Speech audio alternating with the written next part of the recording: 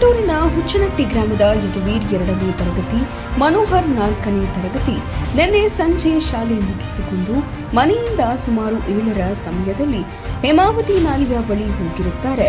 ಸಂಜೆಯಾದರೂ ಮನೆಗೆ ಬರದ ಕಾರಣ ತಂದೆ ತಾಯಿಗಳು ತಿಪಟೂರು ಗ್ರಾಮಾಂತರ ಪೊಲೀಸ್ ಠಾಣೆಗೆ ದೂರನ್ನ ದಾಖಲಿಸಿದರು. ನಂತರ ಕಾರ್ಯಪ್ರವೃತ್ತರಾದ ಅಗ್ನಿಶಾಮಕ ಠಾಣೆಯವರು ಹೇಮಾವತಿ ನಾಲೆಯ ಚಾನೆಲ್ ಅರ್ಧ ಕಾಮಗಾರಿ ನಡೆಯುತ್ತಿರುವುದರಿಂದ ಸಣ್ಣ ಪುಟ್ಟ ಗುಂಡಿಗಳಲ್ಲಿ ಮಳೆ ಬಂದು ನಿಂತ ನೀರಿನಲ್ಲಿ ಮುಳುಗಿ ಸತ್ತಿರುತ್ತಾರೆ ಎಂದು ಅಗ್ನಿಶಾಮಕ ಠಾಣೆಯವರು ಶವವನ್ನ ಹುಡುಕಿ ತೆಗೆದಿರುತ್ತಾರೆ.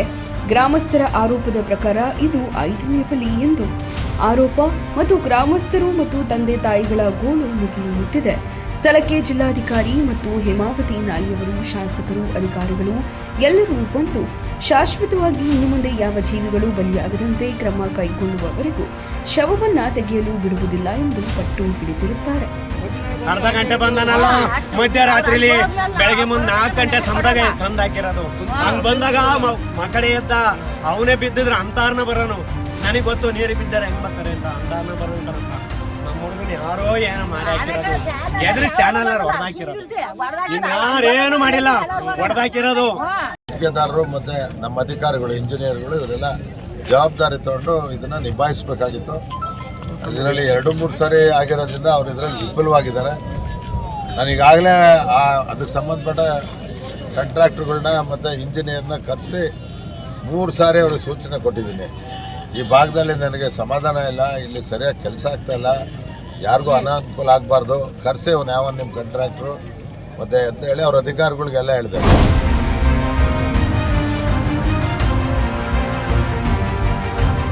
ಸಮರ್ಪಕ ಬಸ್ ಸೌಲಭ್ಯ ಕಲ್ಪಿಸುವಂತೆ ಒತ್ತಾಯಿಸಿ ವಿದ್ಯಾರ್ಥಿಗಳು ಬಸ್ ತಡೆದು ಗುಬ್ಬಿ ತಾಲೂಕಿನ ಕಡಬ ಬಸ್ ನಿಲ್ದಾಣದಲ್ಲಿ ದಿಢೀರ್ ಪ್ರತಿಭಟನೆ ನಡೆಸಿದರು.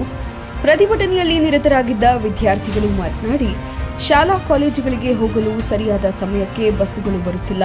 ಬೆಳಗ್ಗೆ ಸಮಯದಲ್ಲಿ 1 ಬಸ್ಸು ಬರುತ್ತಿದ್ದು ಹೆಚ್ಚುವರಿ ಬಸ್ಗಳನ್ನು ಕಲ್ಪಿಸುವಂತೆ ಒತ್ತಾಯಿಸಿ ಸರ್ಕಾರದ ವಿರುದ್ಧ ಪ್ರತಿಭಟನೆ ನಡೆಸಿದ್ರು.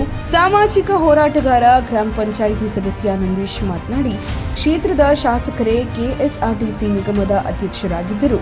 ವಿದ್ಯಾರ್ಥಿಗಳು ಕಾಲೇಜಿಗೆ ಹೋಗಲು ಸರಿಯಾಗಿ ಬಸ್ಸುಗಳು ಬರುತ್ತಿಲ್ಲ. ವಿದ್ಯಾರ್ಥಿಗಳು ಸರಿಯಾದ ಸಮಯಕ್ಕೆ ಕಾಲೇಜಿಗೆ ಹೋಗಿ ಬರಲು ಸೂಕ್ತ ಬಸ್ ಸೌಲಭ್ಯ ಕಲ್ಪಿಸಬೇಕೆಂದು ಸರ್ಕಾರಕ್ಕೆ ಒತ್ತಾಯಿಸಿದರು.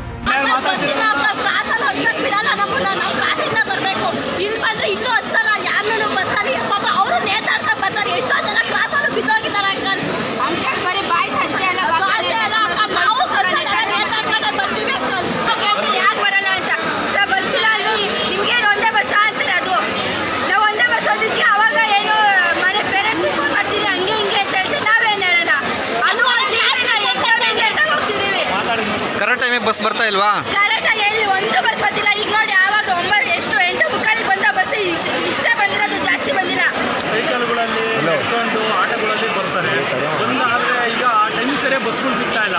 ಆಮೇಲೆ ಟೈಮ್ ಮೇಂಟೈನ್ ಮಾಡ್ತಾ ಇಲ್ಲ ಬಸ್ನವರು. ಅವ್ರಿಗೆ ಈಗ 8:30ಗೆ ಬಸ್ ಇದ್ರೆ 7:00ಗೆ ಹೋಗ್ತಾರೆ. ಈಗ ಅವರು ಅಲ್ಲಿಂದ ತಿಂದಿರ್ತಾರೋ ಬಿಟ್ಟಿರ್ತಾರೋ ಅಲ್ಲಿಂದ ಬರ್ತಾರೆ. ಒಂದು ಬಸ್ ಸಿಗ್ತಲೇ ಕಾಯ್ತಾರೆ. ಆದರೂ 8:30ಗೆ ಬಸ್ ಬರಬೇಕಾದ್ರೂ ಬರೋಲ್ಲ, 9:00ಗೆ ಬರಬೇಕಾದ್ರೂ ಬರೋಲ್ಲ. ಬಂದರೂ ಕಲ್ಲು ಕಾಸಲ್ಲಿ ರಶ್ ಆಗಿರುತ್ತೆ. ಇಲ್ಲಿ ಹುಡುಗರು ಬಂದರೆ ಒಬ್ಬರನ್ನ ಇಬ್ಬರನ್ನ ಹತ್ತಿಸ್ಕೊಳ್ಳೋ ಅಂತ ನಾಟಕ ಆಡ್ಬಿಟ್ಟು ಹಂಗೆ ತಗೊಂಡು ಹೋಗ್ತಾರೆ ಬಸ್ನ. ಈಗ ಅವರು ಇಲ್ಲೇ ಸ್ಟೂಡೆಂಟ್ಗಳು ಎಲ್ಲಿಗೆ ಹೋಗಬೇಕು?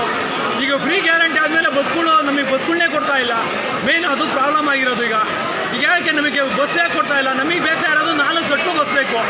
ಕಲ್ಲು ಕಾಸಟ್ಟು, ನಿಟ್ಟೂರು ಬಸ್ ಬೇಕು, 4 ಬಸ್ ಬೇಕು ನಮಗೆ. 7:00ವರೆಗೊಂದು, 8:00ವರೆಗೊಂದು, 9:00ವರೆಗೊಂದು, 10 ಗಂಟೆಗೊಂದು, 4 ಬಸ್ಸು ನಾವು ಕೊಡಲೇಬೇಕು ನಮಗೆ.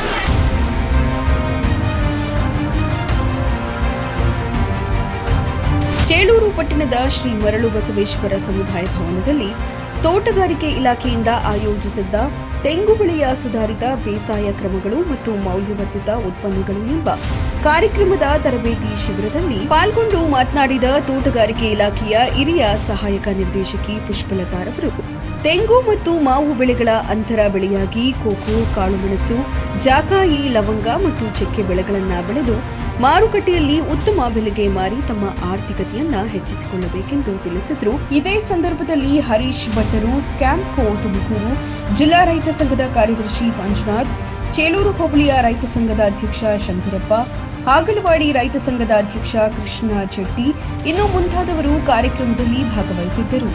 ಈಗ ತೆಂಗು, ಮಾವು ಮತ್ತು ಕೋಕೋ ಬೆಳೆ ಬಗ್ಗೆ ವೈಜ್ಞಾನಿಕವಾಗಿ ಬೆಳೆದು ಈ ಬೆಳೆಗಳ ಮೌಲ್ಯವರ್ಧನೆ ಮಾಡಿ ಮಾರುಕಟ್ಟೆ ಮಾಡೋ ಬಗ್ಗೆ ಇವತ್ತು ಒಂದು ತರಬೇತಿಯನ್ನು ಚೇಳೂರು ಭಾಗದಲ್ಲಿ ನಾವು ಇವತ್ತು ಹಮ್ಮಿಕೊಂಡಿದ್ದೀವಿ.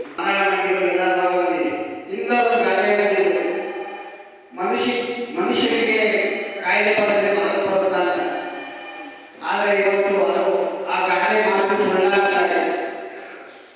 ಸಂಪೂರ್ಣವಾಗಿ ತೆಗೆದುಕೊಂಡೆಲ್ಲ ಹೊರಬಂದು ಮಡಿಯುತ್ತಾರೆ.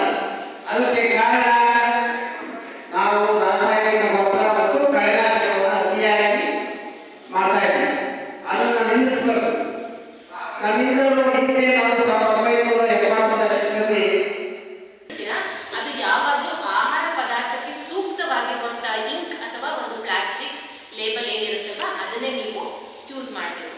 ಇವಾಗ ಬ್ರ್ಯಾಂಡ್ ಎಲ್ಲ ಮಾಡಾಯಿತು, ಆಮೇಲೆ ನೆಕ್ಸ್ಟ್ ಏನು ಹಾಕಬೇಕು? ಒಂದು ಆಹಾರ ಪದಾರ್ಥನ ನೀವು ಮಾರ್ಕೆಟಿಗೆ ಬಿಡಬೇಕು ಅಂತಂದ್ರೆ ಇದು ಜಸ್ಟ್ ಮನೆ ಮಟ್ಟಕ್ಕೆ ನಾನು ಹೇಳ್ತಾ ಇಲ್ಲ. ನೀವೊಂದು ಸಣ್ಣ ಮಟ್ಟದ ಬಿಸ್ನೆಸ್ ಶುರು ಮಾಡಿ ಹೊರಗಡೆ ಕಳಿಸ್ತಾ ಇದ್ದೀರಾ ಅಂತ ಅಂದಾಗ ಇಷ್ಟು ನಿಮಗೆ ತುಂಬಾ ಮುಖ್ಯವಾಗಿ ಬೇಕಾಗುತ್ತೆ. ದೇವಿ ಎಲೆಕ್ಟ್ರೋ ವರ್ಲ್ಡ್ ಗುಬ್ಬಿ. ನಮ್ಮಲ್ಲಿ ಎಲ್ಲಾ ತರಹದ ಫ್ರಿಡ್ಜ್ಗಳು, LED ಟಿವಿಗಳು, ಎಲ್ಲಾ ಕಂಪನಿಯ ವಿಶೇಷ ಮೊಬೈಲ್ಗಳು, ಎಲ್ಲಾ ಕಂಪನಿಯ ವಾಷಿಂಗ್ ಮಿಷಿನ್ಗಳು, ಕುಕ್ಕರ್ಗಳು, ಮಿಕ್ಸಿಗಳು, ಪ್ರೀಮಿಯಂ ಸೋಫಾ ಸೆಟ್ಗಳು, ವಾಟರ್ ಫಿಲ್ಟರ್, ಮಂಚಗಳು, ಗ್ಯಾಸ್ ಸ್ಟವ್ ಸೇರಿದಂತೆ ಮನೆಗೆ ಬೇಕಾದ ಎಲ್ಲ ಗೃಹ ಉಪಯೋಗಿ ವಸ್ತುಗಳು ನಮ್ಮಲ್ಲಿ ಸಿಗುತ್ತವೆ. ನಮ್ಮಲ್ಲಿ ವಿಶೇಷವಾಗಿ ₹1 EMI ಕಟ್ಟಿ ನಿಮ್ಮ ಮನೆಗೆ ಬೇಕಾದ ವಸ್ತುಗಳನ್ನ ತೆಗೆದುಕೊಂಡು ಹೋಗಿ. 0% interest, up to 80% discount, up to 30% exchange offer, 36 months EMI, up to 26,000 cash back. Deepavali ಹಾಗೂ ಕನ್ನಡ ರಾಜ್ಯೋತ್ಸವಕ್ಕೆ ವಿಶೇಷ ಆಫರ್ಗಳು ನಮ್ಮಲ್ಲಿ ಲಭ್ಯವಿದೆ. Devi electro world, Abhinandan hospital ಮುಂಭಾಗ, NH 206 ರಸ್ತೆ, ಗುಬ್ಬಿ.